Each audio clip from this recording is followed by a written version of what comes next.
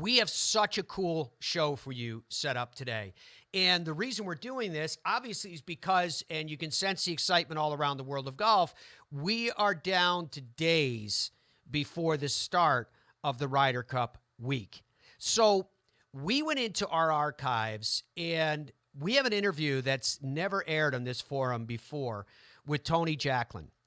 Tony Jacklin is the man that structured the modern Ryder Cup. Now, when you think about Tony and who he is and what he meant to the game of golf, Tony Jacklin was the most successful British player of his generation. He won the 1969 Open. He won the 1970 U.S. Open. And when he won that U.S. Open, the latter of those two I just referenced, it was by 7 strokes.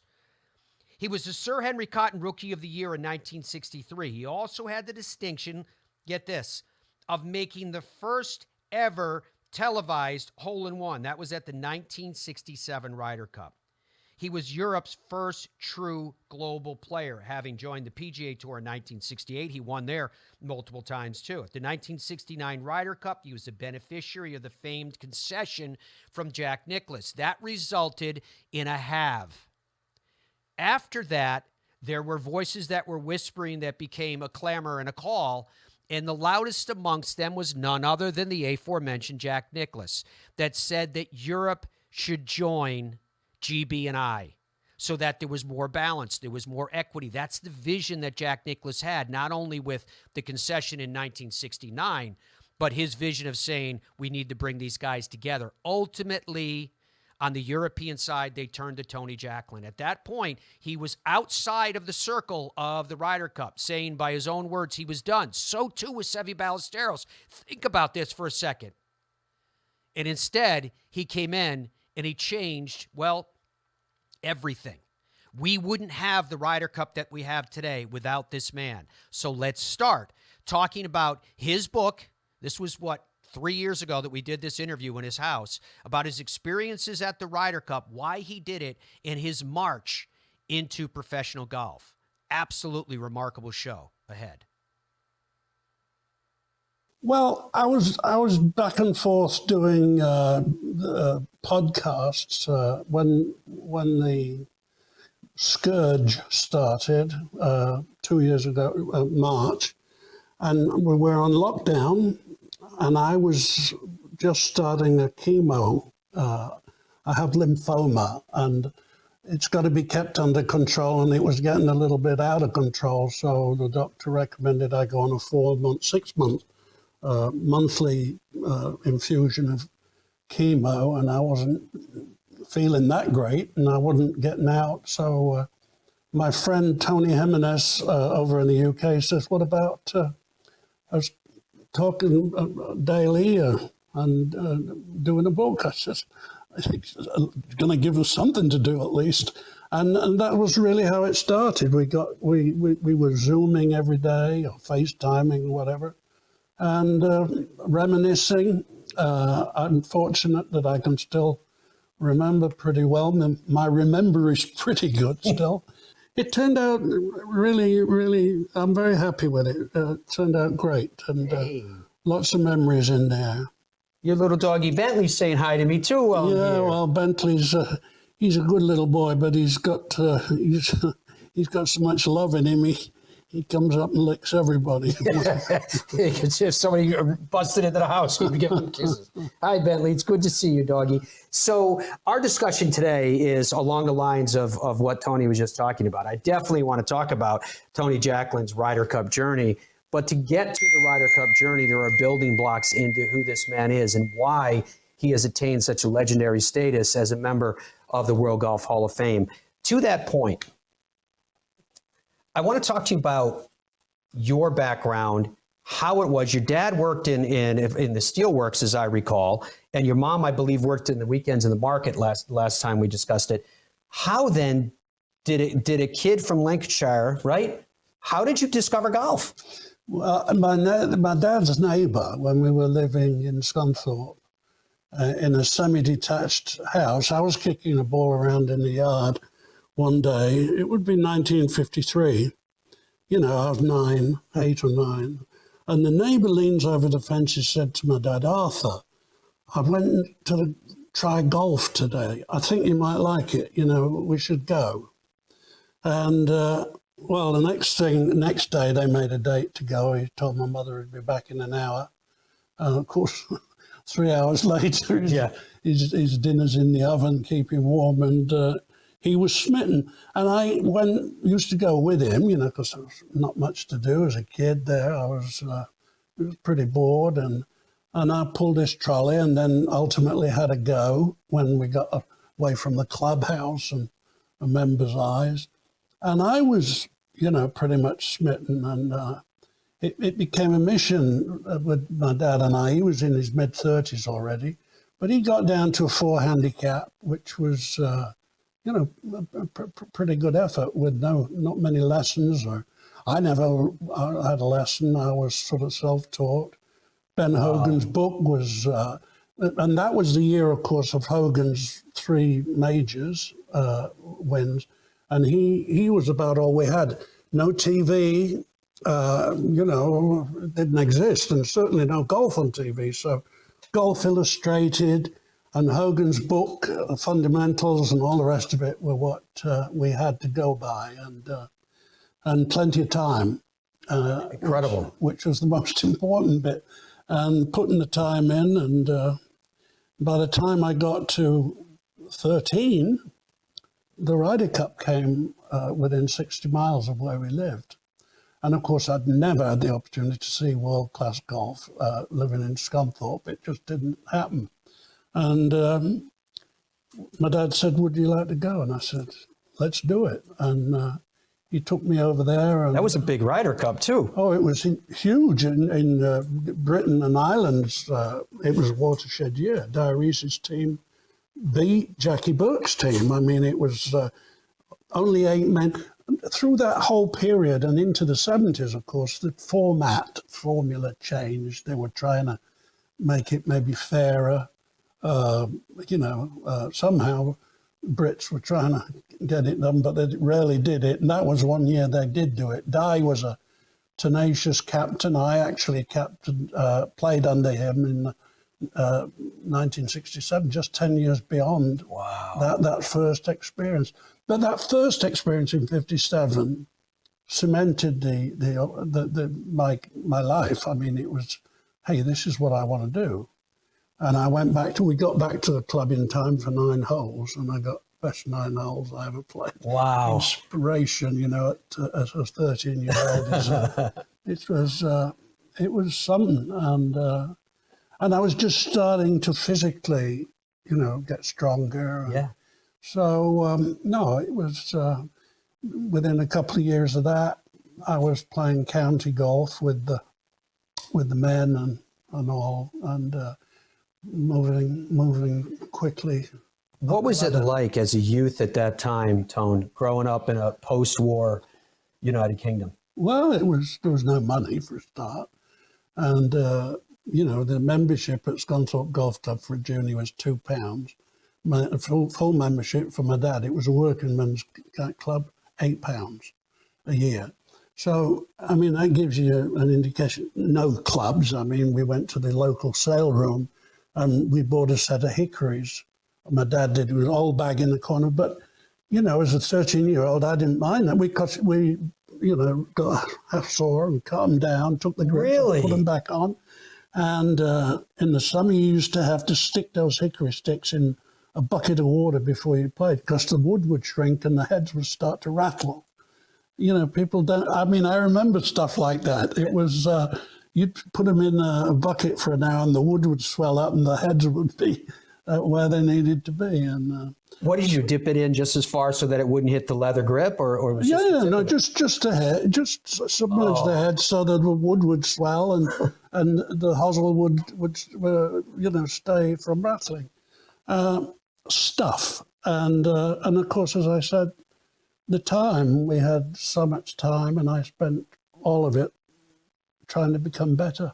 It's fantastic. This is the kind of conversation that we're going to have today with this legend, member of the World Golf Hall of Fame, Tony Jacklin, as we go down the pathway.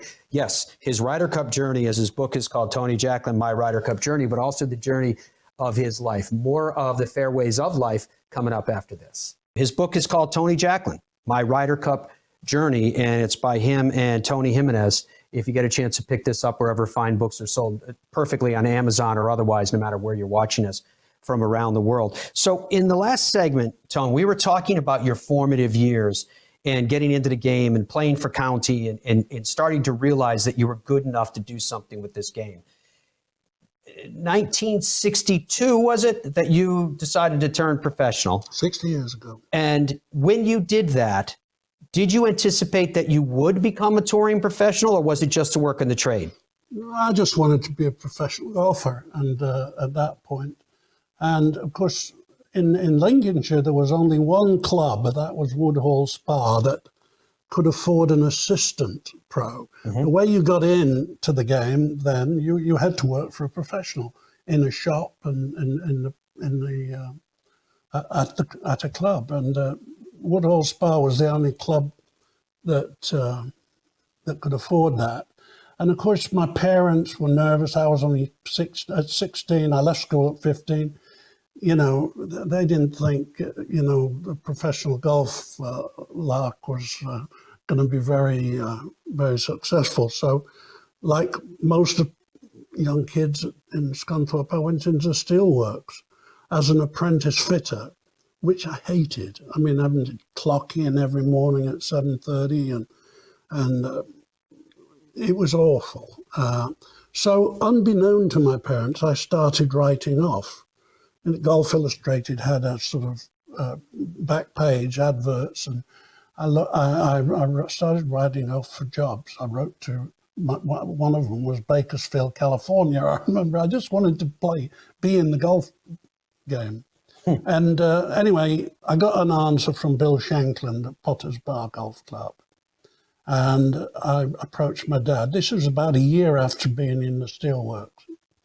And I got an answer, you come and for an interview. And of course, it wasn't down the road. There was no motorways in England then in 1962. So, and our car was anything but a Mercedes. My dad has an old banger, like Austin 7, whatever. And London was a 4 or 5 hour drive on windy roads. And anyway, I convinced him to take me to see Bill Shanklin. This was November 61.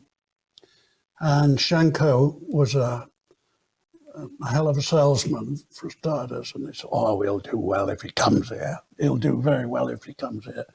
And, he said, I've had 35 assistants through here. Well, we thought that was a impressive thing. Of course, I wouldn't think none of them could stand it very long. They all cleared off after a month when they saw how tough he was, because he was a bully, and that was that. But from my end, it was £6 a week, and 50% of what I could earn teaching and playing. Well, I wasn't getting £4 a week at the steelworks. Okay. So I found some digs. One of the caddies' wife says, well, you can stay with us for a couple of weeks till you get sorted. £3.15 a week she charged. So I still had change out of the £6. And, then there was the teaching and playing pound around I got when I went out with the members. And to me, I said to myself, I'm going to be better off and I'll be fine here. I like it, and okay, he capitulated. And I started there on the 1st of January 1962, and there was a foot of snow on the ground. And we drove that drive back down there for a suitcase in hand, £5 in the pocket. And Shanklin says, well, you can't, it's snowing, you'll have to come back in a few weeks' time. I said, this is it. We can't do that. My dad works and so on. Yeah. So I stayed, went in the shop, not much to do for the first few days, but Shanko had to bite the bullet and pay my wages. And I never had a day off for 7 months because I daren't ask him for one, and he never offered to give me one. So I just kept on turning up, 8 o'clock every morning, opening the shop. And in his defence, he did, let me practice and, have time to hone my game, and that's all really I wanted to do. I mean, quickly realised I wasn't much of a retail man. I didn't like dusting the shelves in the shop, and I started playing in local events in Middlesex, was the county that Potter's Bar is, and I won the Middlesex Assistants Championship in April that year, and that got a bit of attention, and it got me a new set of golf clubs from Dunlop, which I'd never had a sort of proper set of clubs. This is 1962 now, right? 1962. It's incredible to think that 7 years later you would win the Open, but carry on. Yeah, no, I mean, it was warp speed. It was going ahead. Anyway, I lasted just over a year with Bill Shanklin before we had a blowout, and I was crying and telling him I wouldn't work for you for £100 a year. I mean, he was tough. He was too tough. Anyway, the president of the club came and requested a round of golf with me within a day or two of his bust up with Shanklin. And we played 3 or 4 holes, and he says, "How's your boss treating you?" I said, "Oh, it's not easy, Mr. Rubens, Johnny Rubens. He was a wonderful, wonderful man." And he said, "Well, what are you going to do this in the winter time if you haven't got a?" I said, "Well, I thought I'd like to go down to South Africa. They've got an 8-week circuit down there, and it was a straight shot down from London to Nairobi or to Joburg." And he said, "How much is it going to cost?" I said, £600. I've worked it out. He said, "Well, if I put £200 in and I get Dunlop to put £200 in, can you put £200 in?" Yeah. And I had £347 in the bank. I remember like it was yesterday. You know, these were, and I said, "Absolutely." So, you know, that was that. I stayed with Mrs. Baker in the same digs, £4 a week, room and board.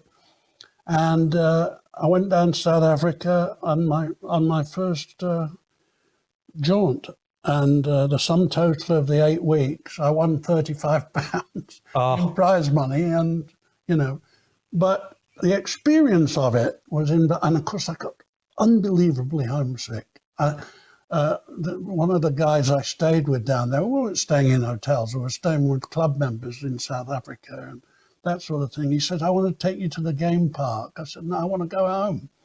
And, you know, of course, as soon as I've been home for 2 days, I realized, what a fool, you know, you should have gone and seen some elephants. And anyway, it stood me in great, the experience, you know, being able to play through that winter period. Yep. I hit the ground running that spring, and I started to make cuts in tournaments, and I actually made the cut in the Open at Lytham that Bob Charles won. He beat Phil Rogers. Wow. And that, making the cut there, I never really looked back after that. I kept making it up.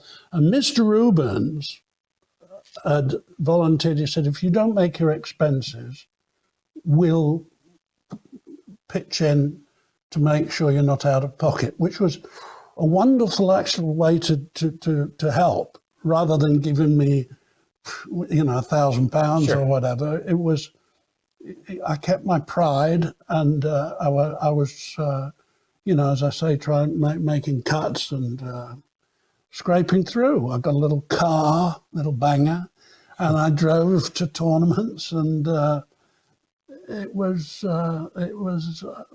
memorable. Given that arc, then, Tony, when you won the Open in 1969, it would be a fair question to ask, wouldn't it, to say how much did that change your life? Well, it catapulted me. Well, actually, winning at Jacksonville before that. On the PGA Tour. Yeah. Playing, I got my tour card in '67, and, you know, winning as quick as I did on the US Tour. I was the first modern pro from Europe to do that, and I was playing with Arnold the final day. Wow! And so to win playing with Jesus Christ and Don January was the other end of threesome, that gave me a lot of self-confidence. I mean, I wasn't stupid. I knew that they were there to watch Arnold. You know, some kid from England. I was just in the way. You know, I mean, they were walking off before I finished out, but I was determined, and I got through that deal, and that gave me a big boost. And when I came back to the UK in '69 from the American tour, I got a big following. I could sense that they had an expectation, and of course, I suppose like any pro golf, you've got to be a bit of a show off, and it was pressure, but it was positive pressure as far as I was concerned. I felt up to it, and of course, Bob Charles loved Lytham. He was hanging around that whole week, and but I managed to outstay him and win by a couple of shots. And yeah, it was life changing, but also I think we mentioned it in the book. You know, '69 was Great Britain was changing too. I mean, they went to decimalisation. Mm-hmm. Prices of everything doubled. You know, prize money contracts had to be rewritten after a year because inflation had took care of 60% of. Timing is everything in life, and from that point of view, my timing wasn't so good in 1969. And then beyond that, you know, winning the US Open within 11 months, all the deals had been done on the back of the Open. So the US Open really didn't mean, it wasn't a cash bonanza, as it were. And but I was where I needed to be. You know, I'd made a pact with myself as a teenager that if I was going to do this, you know, you may as well go all in, because this is not a dress rehearsal we're going through. This is real life. And so I was sucking it up, and I was having a great time. I mean, I met so many wonderful people. At the Crosby, I used to play with Jim Mahoney, who was Sinatra's agent. And of course, I'd stay with him in Beverly Hills, and I met everybody that was anybody at the time, all the big actors and who loved golf. I played out at Bel Air all the time. And we had, you know, Bing and Bob Hope and all of that crowd. Andy Williams were great pals. I played with Andy in the LA Pro-Am every year. I was flying high. It was fun. That's awesome. That same year, 1969, that we're talking about, he's talking about a whole stretch and era, but in that year, 1969, it was distinctive for what I mentioned at the start of the show and the concession at that Ryder Cup, where the United States and GB and I halved the matches. When we come back, we're going to talk about the significance of that event and how it continues to reverberate. Welcome back inside the home of this legend, Tony Jacklin, a member of the World Golf Hall of Fame, a multiple-time major champion at that. And we're talking about his new book, Tony Jacklin, My Ryder Cup Journey. And we were just wrapping up 1969. So you end up squaring the match at 17 against Jack Nicklaus in the afternoon of those singles. How did it happen that the concession at 18 that is so famous in the annals of golf history came about? Well, you know, when I hold this sort of 50-footer across the 17th green for eagle, there was a roar went up. Brian Huggett, actually, one of my teammates, was on the last green. He had a 5-footer. He thought I'd beat Nicklaus. Oh. He thought that roar was for the win. And he makes his 5-footer, breaks down on Eric Brown, the captain's lapel. I think we've won the Ryder Cup. And Eric says, no, Jacklin lost the 16th. And of course, we were in the unenviable position, as far as I was concerned, of being all square, the matches all tied out, everybody finished. And we were on that last tee, you know, the result resting on us. We both hit good tee shots, and Jack hollered after me. I was herring ahead of him, you know, focused, and he said, Tony, and he caught me up, and He said, "Are you nervous?" I said, "Jack, I'm petrified." He said, "I just thought I'd ask, because if it's any consolation, I feel just the same way you do." And, as I say, it's as much pressure as you could ever want to deal with. And we both hit good second shots. I was a bit outside him, and I putted up this far. You can actually go to YouTube and see that. But he had a 20-footer to take it all, which he knocked 4.5 feet past. And I mean, too far past for me to say, "Okay, good, let's go." Mm-hmm. He had to make his putt, which of course he did, like the great player he is. And as he bent down to pick his ball out of the hole, he picked my marker up and said, "I don't believe you'd have missed it, but I would never give you the opportunity in these circumstances." Wow. And that was the concession. I mean, he knew that, I'd won the Open 2 months before. He didn't want to see anything happen to spoil that. And he also knew, and this was his great gift, the thought process was always clear, even under that kind of pressure. He also knew that America would retain the Ryder Cup because of the tie. And that was that. And of course, 40 odd years on, we built the golf course, and, now Aon are honouring us with the Nicholas Jacklin Award at Ryder Cups to come. So it was very special, and Jack's been a special part of my life, and Barbara, of course, for over 50 years now. Yeah, it's one of the great acts of sportsmanship in the game. Now, you played on so many Ryder Cup teams. Then you eventually are asked to become the captain. But that bridge was a unique one in terms of where you stood in your mindset and your emotions. Could you take us through how it happened? Yeah. I was left out of the team in 1981 in favor of Mark James. He got one of the captain's picks, despite having behaved abysmally badly in 79. I won't bore you with that, but it's all in here. And also, they banned Seve from playing in 81, and he was arguably the best player in the world. Yeah. And I didn't think they wanted to win the Ryder Cup very much, not because they left me out, but because they left Seve out. The fact that they left me out teed me off somewhat, and God knows what Seve felt like. But I was done with the Ryder Cup, and that was that. And I never thought any more of it. I said, well, that'll do me. And Seve was effectively done too, if I remember. No, that's correctly. right. He was angry with officialdom. We're both done with it, and they left picking the captain in 1980 for the 83 matches until 6 months before the matches were played, because I didn't realise this till years after, but there was this argument behind the scenes that. Historically, a captain had been a generation or more older than the team members. And Bernard Langer especially was arguing for somebody closer to the age of the players to be captain. In fact, he was pushing for me.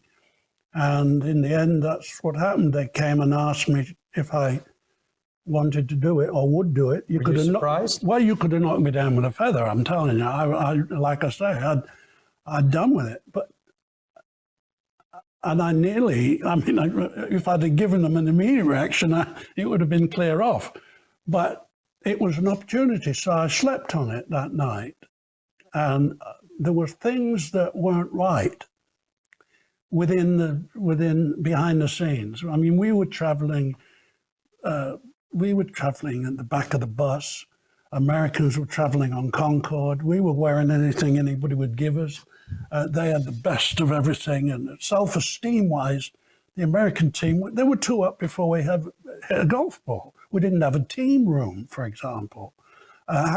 We were left to go off with our wives or partners to local restaurants during the week? Once we were told who we were playing with in this sort of corner of the locker room, the next morning. And the team room was a very big deal as well. So I said, well, I'll do it if I get carte blanche to do what I want. So I started to list all these things: Concorde, Kashmir, You just wanted equivalency with your Yeah, opponents. and they kept saying yes. That's when I say they, the secretary of the PGA and the commissioner. So I said, well, I'll do it. And then I went to Lord Derby, who was the president of the PGA. He was hovering around waiting for the outcome of this thing. And I said, well, what about Seve now, your lordship? He says, well, he's your problem. You're the captain. You've accepted the captain's job. So, of course, I got Seve as a sort of, within a few days, we were having breakfast at the Prince of Wales Hotel in Southport, where he had a tournament there. And he was venting for the first sort of half hour, as you would expect. And I said, I know, Seve, I agree with you. They're a shower. They're a complete shower. But we don't have to worry about them anymore. I've got carte blanche, and I've said I'll do it, but I can't do it without you. I have to have you on board. But he, you know, I didn't have to stroke him for long. He was fantastic. He said, okay, I help you. At the end of that breakfast. And he was back in. And I'm telling you, you can draw a line across Ryder Cup history from that moment forward. I mean, we nearly won this thing at Palm Beach Gardens. We lost by a single point. And I never had a captain's pick because it was too late for me. They picked me so late that I couldn't get any captain's picks. I had to go on the order of merit. Sure. And we came within that of getting it done, and we were all pretty miserable, losing and going that close. And it was Seve that said, hey, don't be so sad. We shouldn't be so sad. This is the best we've ever done in America. And he was right. The reality of it was, he was right. But it was still a gut-wrenching thing. But it was a prelude to being able to get it done in '85. We will talk about that when we come back. It's Tony Jacklin's new book, My Ryder Cup Journey, that has brought us together again with my old friend to share these legendary memories. Think about the story that you just heard, where Tony Jacklin was telling you about having to convince Seve Ballesteros, who's looked upon now as the spark of the European Ryder Cup side, to even compete in the competition once again. Fascinating stuff. Still lies in store as well. Stay with us. Welcome back to the Fairways of Life show, continuing our conversation with World Golf Hall of Fame member Tony Jacklin, who has just written this new book, My Ryder Cup Journey, which is available wherever fine books are sold, including Amazon, Barnes & Noble, etc. So you had mentioned in the last segment how much 1983 impacted you. Did you have the opportunity to reflect at some point and go, actually take Seve's advice and say, you know what, we did only finish 1 point behind, if not for the heroics in 18 with Lanny Watkins and all the rest. We did come that close to the American team on their soil. How much after reflection, did that give you strength? Well, I was committed to the thing. The first thing I think I did was, look towards the changes I'd made and, seeing if we needed to do any more. But we didn't. Once we had the team room, we took care of the clothing issues and the first class travel, the players had responded. I did. Beyond that, I was stroking them, obviously, and doing everything I could, but I couldn't play golf for them. I mean, that's why they were there. They were the best player. And they responded in commitment to this thing. The passion that they showed. Didn't you use Seve in some way to motivate different players if they were a little bit did down? lots of things. I mean, I used Seve. I mean, Seve was fantastic, Go in there, go in the team and give him a shoulder rub, tell him how well you think he's swinging. Somebody who's he was fantastic. But he was like I was. We believed passionately that we could get this thing done if on a level playing field. And now all of a sudden the playing field was level. And we had a format that worked. The strength and depth of the American team was unbelievable, always had been, as opposed to the Great Britain and Ireland or European team, because we only had two Spanish players from Europe in 1979, Seve and Antonio Garrido. Now you've got 14 European countries being represented in the Ryder Cup. So, but we were committed to this thing. We had that level playing field now. 8 players were exposed the first 2 days. You could hide 4, which was, I loved doing all of that stuff. I miss that even now, trying to outsmart the oppo, the captain, switching the power to putting all the foot at the front or in the middle. Or anyway, we got it done in '85 for the first time in 28 years. It's all in there. Langer was 28 years old. Hell, he's still winning tournaments as we sit here at 65. It's unbelievable. But what changed at Muirfield Village that year? Well, I'm sorry. That was at the Belfry. That was at the Belfry. Well, that inner confidence came through. I mean, there's a huge difference between bravado, which is what we had in the 60s and 70s. Oh, we can do this. We can do that, talking yourself up. But all of a sudden now, this was deep. This was confidence. I mean, no team was better than our team. We believed that with a passion. And we went out and proved it. And, then obviously, ultimately, 87 at Muirfield Village. Yeah, let's talk about that. First win, and then there's only one first, and we did it. We'd never won on American soil. And your set was like this now. Yeah, well, to do it, at Muirfield and in Jack's backyard, it was, Jack was it anyway. I mean, it was never going to hurt his career. He'd done it all. But to be able to get it done there was significant. So it's been a wonderful journey, between 57 commitment to playing professional golf in my life to seeing out some of the close finishes. And of course, the success we had with it spawned the President Cup in '93 and also the Solheim for the gals in '93. And we've seen, the passion that runs through all of these different events is just, it's proven that people want a team, people love team. And the players experience far more pressure playing for the group than they do playing for themselves. Sure, that makes sense too. You get to a point with yourself where you say, well, if it doesn't work, it doesn't work. Mm-hmm. But for the team, you can't shrug it off like that. When you captained for the final time, did you decide enough is enough? Yeah. It was funny. Well, Margaret Thatcher was the Prime Minister in the UK during that tenure during the 80s. And in fact, Dennis Thatcher presented me with the Ryder Cup in '89, as I recall. And I witnessed a lot of her close associates turned on her and stabbed her in the back, and I'd done it 4 times by then, and we'd won home and away, and we scraped a tie to retain it in '89, where all the big names lost. Seve lost, Nick lost, Woozy lost. But despite that, the journeyman came through. O'Connor Jr. with that wonderful 2-iron. And anyway, I didn't want to outstay my welcome. That was the most, I could have done it.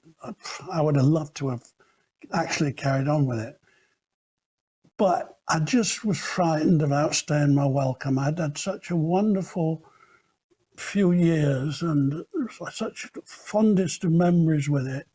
And I was reluctant to hog the position. I felt it was time for me to move on.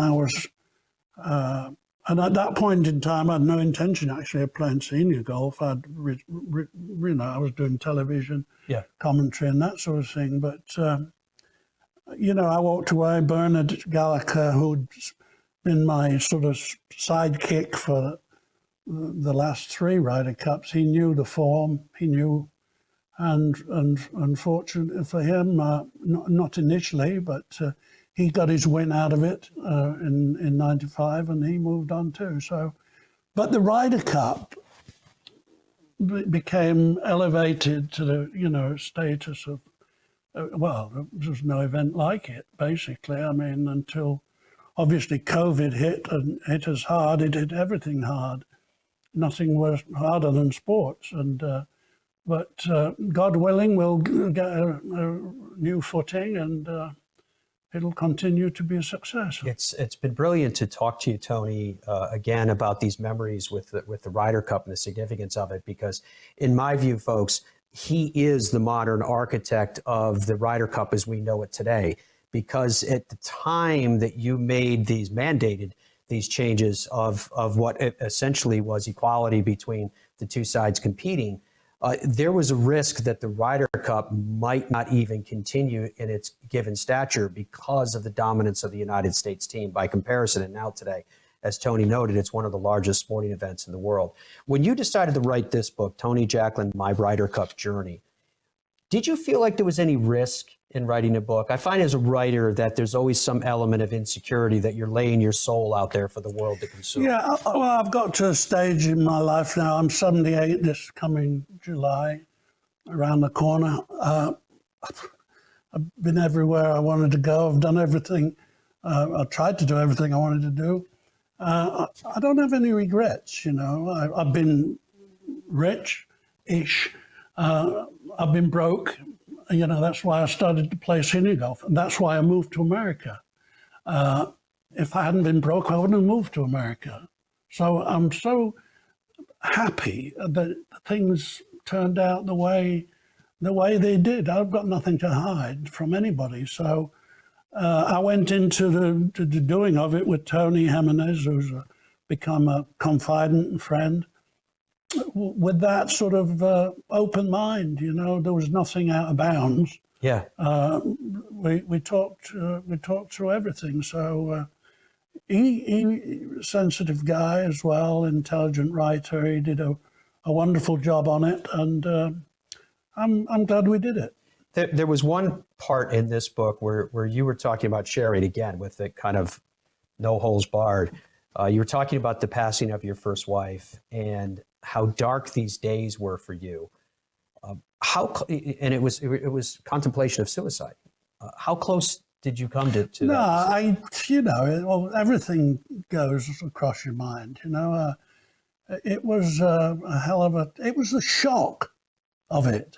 It was out of nowhere. It wasn't like she got cancer and I had to prepare myself for it. She was in the car, she had an aneurysm. Yeah. It was instantaneous.